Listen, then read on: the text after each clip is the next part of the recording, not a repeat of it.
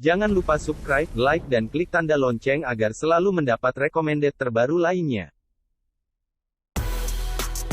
Film Law Abiding Citizen berkisah tentang pembantaian terhadap keluarga Clyde Shelton.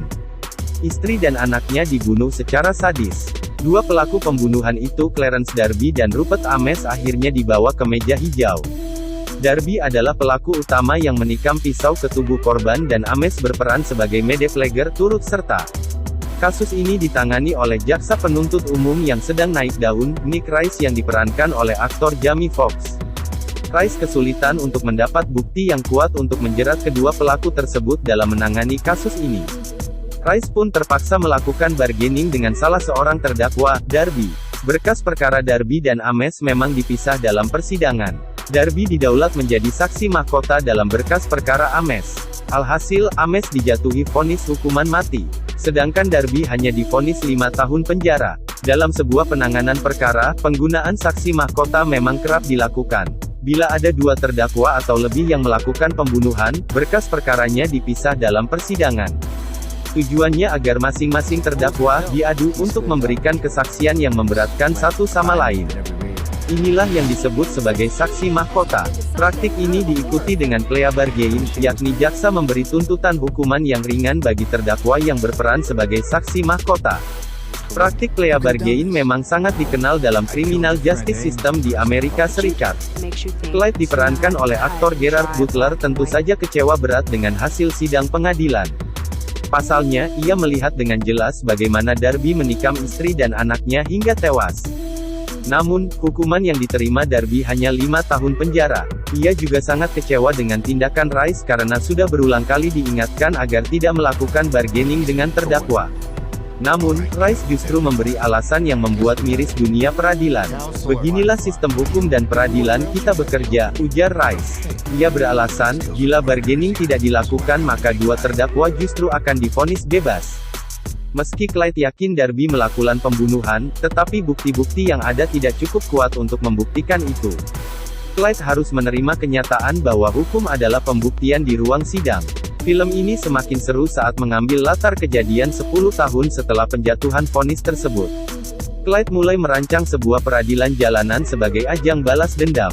Darby dibunuh secara sadis. Tubuhnya dimutilasi hingga menjadi 25 bagian. Namun, ia melakukannya tanpa meninggalkan bukti apapun. Waktu 10 tahun memang digunakan Clyde yang seorang insinyur untuk belajar hukum. Buku anotasi putusan-putusan Mahkamah Agung, Amerika Serikat pun ia santap. Ia tahu betul hak-hak yang dimilikinya bila kelak menjadi tersangka ataupun terdakwa. Dan yang lebih penting lagi, ia paham bahwa terdakwa baru bisa divonis bersalah bila terdapat bukti-bukti yang cukup kuat. Clyde pun sangat tenang saat ditetapkan sebagai terdakwa. Rice kembali menjadi jaksa penuntut umum untuk kasus ini. Clyde memang ditahan selama proses pemeriksaan. Namun, itu tak mengurungkan niatnya untuk terus melakukan pembunuhan. Sejumlah orang yang dianggapnya terlibat dalam penjatuhan vonis ringan terhadap pembunuh istri dan anaknya satu persatu mati terbunuh. Clyde memang cukup cerdas melakukan semua itu dari dalam tahanan. Karenanya, salah satu tagline film ini adalah How do you stop a killer who is already behind bars? Lalu, bagaimana dengan nasib Clyde selanjutnya? Apakah hukum benar-benar mengikat warga negara, seperti judul film ini? Atau hukum tak cukup kuat menunjukkan tajinya karena alasan kurang alat bukti? Apapun endingnya, film ini memang sangat layak ditonton oleh masyarakat hukum sebagai sebuah kritikan terhadap sistem dan praktek peradilan. Terlebih lagi untuk Anda yang berprofesi sebagai jaksa penuntut umum yang kerap menggunakan saksi mahkota dan praktik plea bargain dalam mengungkapkan sebuah kasus. Buat Anda yang baru bergabung, jangan lupa subscribe, karena tombol subscribe masih gratis untuk kalian klik. Like dan share juga sinopsis film ini kepada teman kalian yang suka nonton.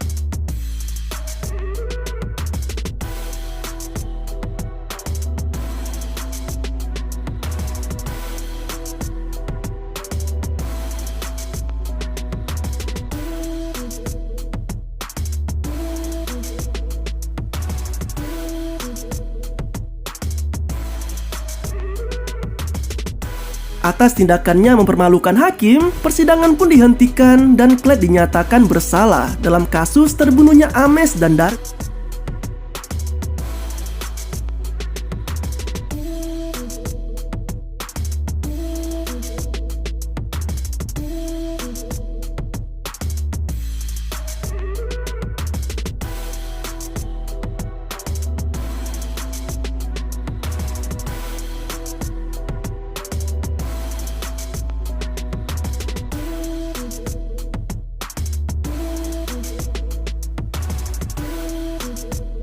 (13:15), yang berarti jika makan siang tadi bisa mereka sajikan tepat waktu,